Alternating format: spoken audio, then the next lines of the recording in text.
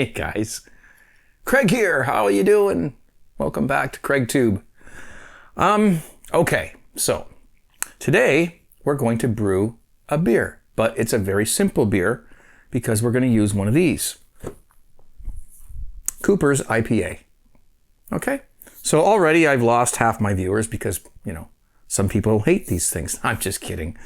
No, I've said this many times, many times. The hobby of brewing for me isn't huge. I mean, I brew for cost. The hobby aspect of it has kind of faded for me a little because I've been brewing for 30 years and, you know, I brew for price. Because as I've said before, beer's expensive here, so I brew myself and I do it as easily as I can. And the beer that you get when you do it this way is not bad. Okay, it's not the best beer in the world. Of course it isn't. But it's really not bad. And it's certainly good enough for me for what I do around here. So that's fine. I have grains and hops and everything over there. I can do that stuff too, but this is what we're going to do today. But I'm going to piss off the homebrew snobs, if there are any still out there, even more today, because we're going to brew it with table sugar. Kilogram, table sugar. So we're doing kit and kilo. Now, a couple of months ago, about 3 months ago, when this what's it called thing, virus, whatever, don't want to say it, came along, I started having a little trouble, you know, getting a hold of some dry malt extract. So I just decided to do kit and kilo.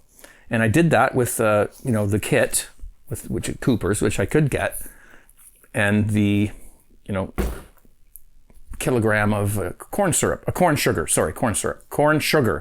dextrose. And, you know, it's like, you know, this isn't bad. It's not as good as if you add other stuff to it, but it's fine. We're getting by. We're all wearing masks and everything, and we're keeping away from each other, and we're drinking beer that's not quite as good as it could be. Fine. Doesn't bother me one bit. So, so that's but today we're going to use table sugar. I've never done this. I swear I've never used table sugar to brew a kit and kilo beer. So we're really going down. Like this is rock bottom here, okay? But I said I would try this, and some people say they've tried it and worked and it was fine, and other people say, yeah, it tasted a little weird, but you know. So I have never tried it, so I'm going to try it. Okay, so normally I have my my cooktop stove over here. My old dungeon was laid out a little bit different than this one. I had my stove here, had my sink back here, and my brews were over here, so it was all in one area. It's easy. Now it's kind of spread out. I've got my cooktop here, which is not there right now. My sink's over here, and my brewing bench is over there, so spread around. So what I'm gonna do, what I've done, is I've put my cooktop on my top of my washing machine with my pot here, and the sink's there, and I've got the fermenter here and bench, the fermenting table over there. So it's all going to be in one area, and that's where I've got it right now. It's for you guys, okay? So we can do this. Whoops, tripping over my wine carboy. Okay, so why don't we rearrange the camera and everything, and we'll start this brew. It's very simple. It's boring. I don't know why you're even watching this, but we'll do it, okay? So be right back. Okay, so if you want to call this Brewing 101 after 14 years of making YouTube videos, we're back to this, okay? Anyways, first thing you gotta do is you gotta have a home brew.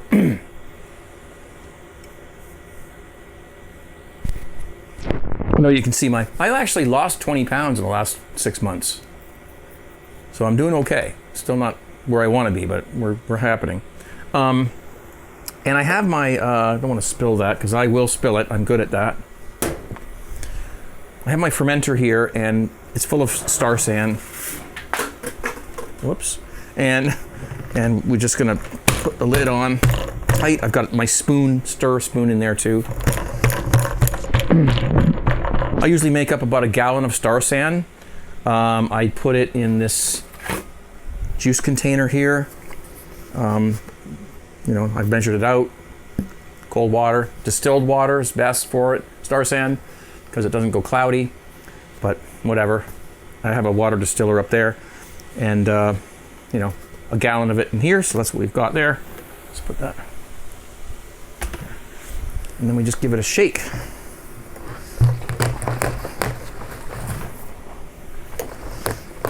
And you don't have to, as long as it touches everything, all the surfaces, you're fine. It'll, you know, it's going to be, they say 1 minute or a minute and a half, but the guys at 5-star, one of the guys has died, but the other guy says 30 seconds is enough. But they had to do it for food regulation purposes. They had to tell you more time, but 30 seconds is, they say is what it takes. But anyways, minute and a half is fine too. Okay, so there. Take that off. So a little bit ends up in the airlock, which is good, because that means that that gets sanitized as well. I'll just take that apart, drain that out. And I usually put this somewhere upside down so it doesn't touch anything, something like that. And I have a little tray over here that I use to dump the... I'm doing this differently than I normally do because everything's rearranged for the, you know, for the camera. But just pour the Star San into there. Got a little bit of foam in there, which is fine. And then we have everything ready to go.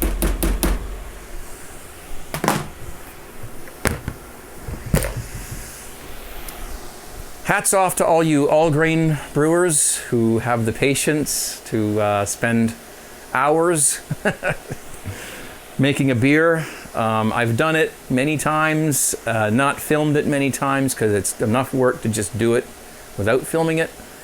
And but I do have a video up on YouTube somewhere on this channel that I did all-grain brewing. So, you know, but for the most part, my attention span, I don't know, it just isn't, is not enough for me to spend that long making 5 gallons of beer.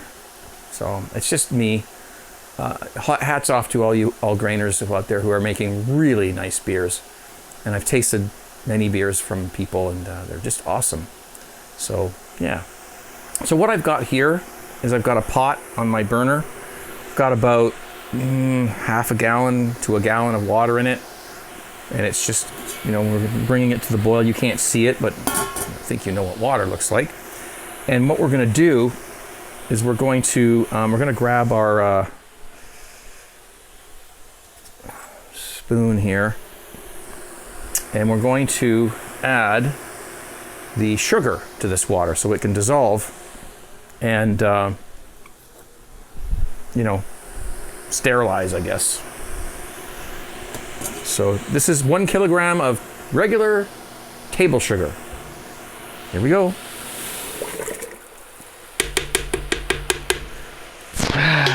This is going to be interesting. Just give that a stir so it doesn't burn. I've never, honestly, never thought of using table sugar to do this. I've always had access to corn sugar, which I have. I have corn sugar over there, but we're doing this to see what happens. If it makes any difference. Because, you know, it's a couple bucks cheaper. I'm not going to do this all the time. If it tastes the same to me, I'll probably just still buy the dextrose. I want to support my local home brew supply shop. And, you know, they're the ones where I get these things from. And so I don't want to stop buying, you know, stuff from them. So if it's a matter of a couple dollars, you know, cheaper, I'm still going to use the corn sugar.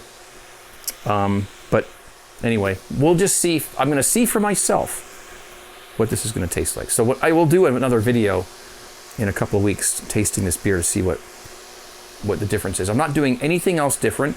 Oh, and by the way, I'm using the same yeast I've been using for a year and a half. Whoops. I kicked the plug. Okay, we're back. I've got extension cords running all around, all over the place in here. This is the same yeast I've been using since a year and a half ago. And it's a some sort of a White Labs ale yeast. That always happens. The spoon, I guess it's the vibration or something from this that scares the crap out of me every single time. Right. So I'm going to use this. It's the same yeast I've been using for 1.5 years. So everything else is identical. Everything else is exactly the same except the sugar. Okay? So there we have it. I'll be back when this is ready and we're ready to move on and actually do the beer. Okay, so as it turns out, it wasn't a good idea to have this towel underneath that thing because it got really hot under there. I guess the ventilation wasn't working properly when I did that. So don't put one of these things on top of a towel. All right.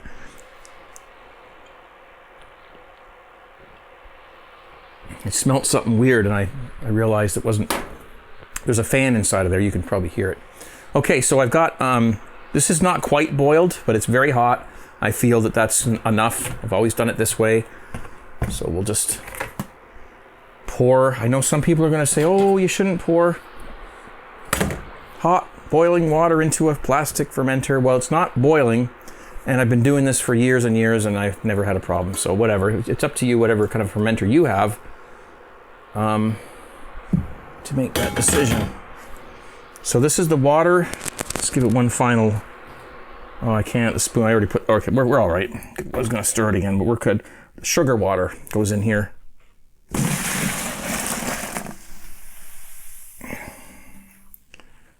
Okay. Now, we get our label comes off when you, I put this in hot water for 20 minutes or so. Although it's not that hot anymore because it's been in there for quite a while. So it got cold, but anyways, we're all right. And this cheap dollar store can opener, which every time I go shopping, I see them and I go, oh, I should get a new can opener. No, the one I got works fine. Well, it doesn't work fine, but it's good enough. All right. So this is your liquid malt extract and your hops mixed in this can, and we'll just pour that right in. This is what you do. Isn't this exciting?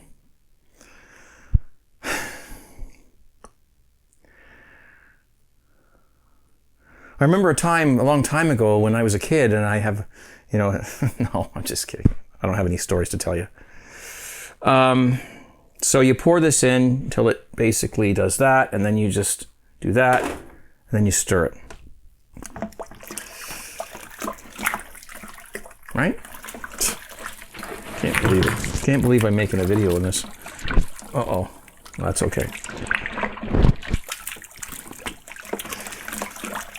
For those of you who do these kits, stir this until you feel that, because it takes a while for the dry malt or the liquid malt extract to, fully,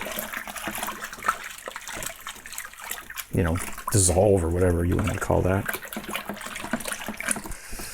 Okay, and then what I do, because there's a lot left in here. See, there's a lot left in that. So then what I do is I bring it over. I'm not used to brewing in this new dungeon. I had all my techniques and procedures all worked out in the old place. So I'm still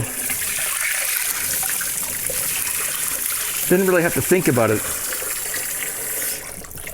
in that place, but here I have to sort of. So we just fill this up with hot water. Now I'm not sanitizing this hose. I did not sanitize this hose. I never do. I feel it's like there's enough hot water running through it all the time. I think it's probably okay.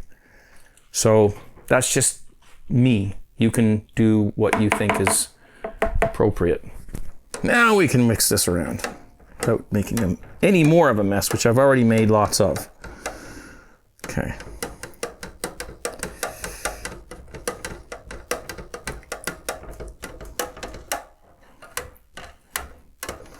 All right, that's that.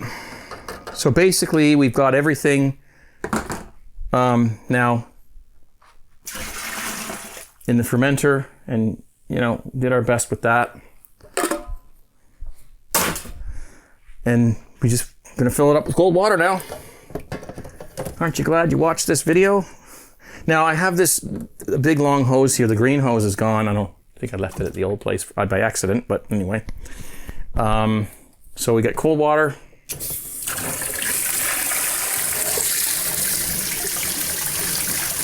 And I can see the thing from over here, the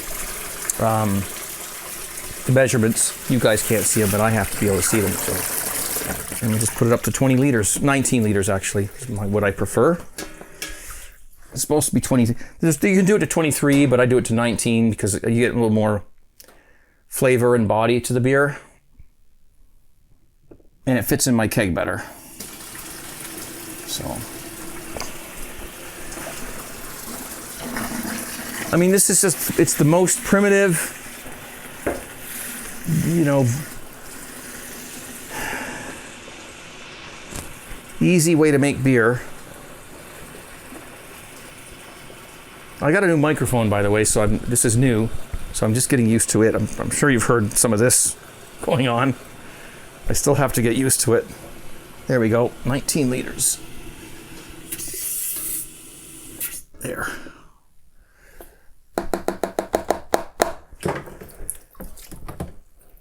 All right.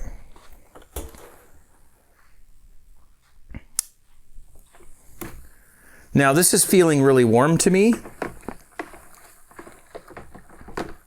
because the water, the groundwater here in the summer is not cold enough to cool this down enough. So it's too warm to pitch the yeast. I'm thinking this is probably around 85 Fahrenheit. So what I would normally do is leave this for a while, and I know they say not to, but I've actually forgot to pitch the yeast once or twice and left it covered overnight, and like 12 hours later gone, oh shoot, I forgot to, you know, and it's fine. It's okay. I would rather not do that, but what I'm gonna do is I'm gonna leave this for about 2 hours to let it cool down a bit, because it's just too warm. There's a thermometer on here, but I can tell it's too warm.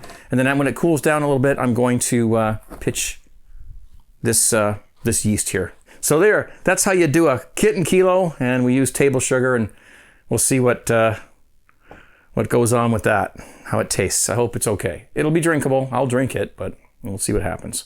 Okay? All right, we'll see you in a little bit. All right, so I think we're ready here. It's been a couple of hours. It's cool enough.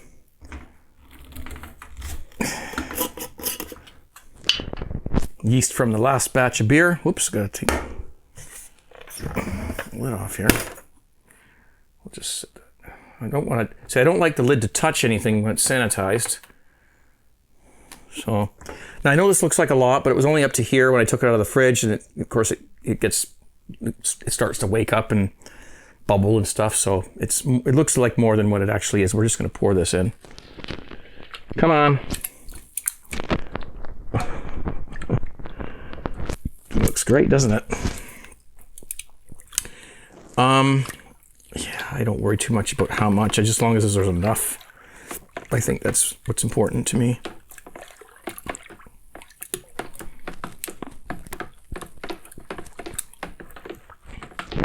That should be fine. There we go. I'll put the lid back on that. There's some left in there. I'll refrigerate that and add it to another jar and keep that yeast going. So then we stir. I mean, you know. Aren't you glad you watched? There we have it. Beer made. Done.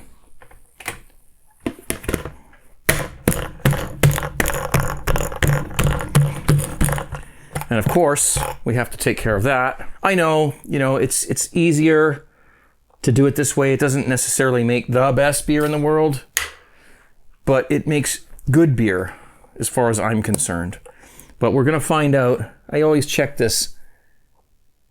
If you can keep that thing suspended when you press on the lid, that means you've got a good seal around here. And that's that. So there you go. Okay, so we made a batch of Cooper's IPA with regular table sugar, and that's it. So we will see how this tastes. I'm not afraid. I'm not scared. If it's a little less than perfect, well, you know, that's what I want to find out. So in the meantime, I would love you guys to check out my t-shirts. We've got this one for sale now. This is a short sleeve shirt now, not a long sleeve anymore. And it's the Golden Years Craig Tube t-shirt. Golden Years, wah, wah, wah. Right? Is that a song or whatever? This is a new shirt that I designed all by myself, actually. It's a Craig Tube shirt, but it's a radio tube. It's a tube radio shirt. This has to do with my live broadcast I do every Friday night on vaughn.live/CraigTube, and it's kind of a radio show. And I call it the tube radio because, well, I'm Craig Tube. Plus, tube radios are old, and they sounded good, and they're very old. And I remember listening to the local radio station Top 40 when I was a kid on an old vacuum tube radio. And I just remember the smell of the tubes, and they get hot, and they light up orange and stuff. So we got this one here, too. So anyway, tgtshirts.com, that's where you get them. You go to that website, you look on the right-hand side, you'll see my little section there. Go in there and you can buy these shirts. We have an updated version of this shirt as well, with a bigger font on the dungeon thing. And just all good stuff. So I really appreciate if you would support it. And I appreciate when you buy the shirts, it helps me out a little bit. So there you go. Thank you everybody who's bought them. And there they are. I'll be back in about a week and a half or two with this beer. I might be back earlier than that with something else, but we'll see how this tastes and what happens when you brew with table sugar. In the meantime, be safe. Thank you for watching. More videos coming up. Please check out my vinyl channel. It's called Vinyl Space TV. Vinyl TV, but there's a space between vinyl and TV. It's on YouTube. Just do a search. You'll find it. And lots of stuff on there too. So cheers, everybody. Take care. 17.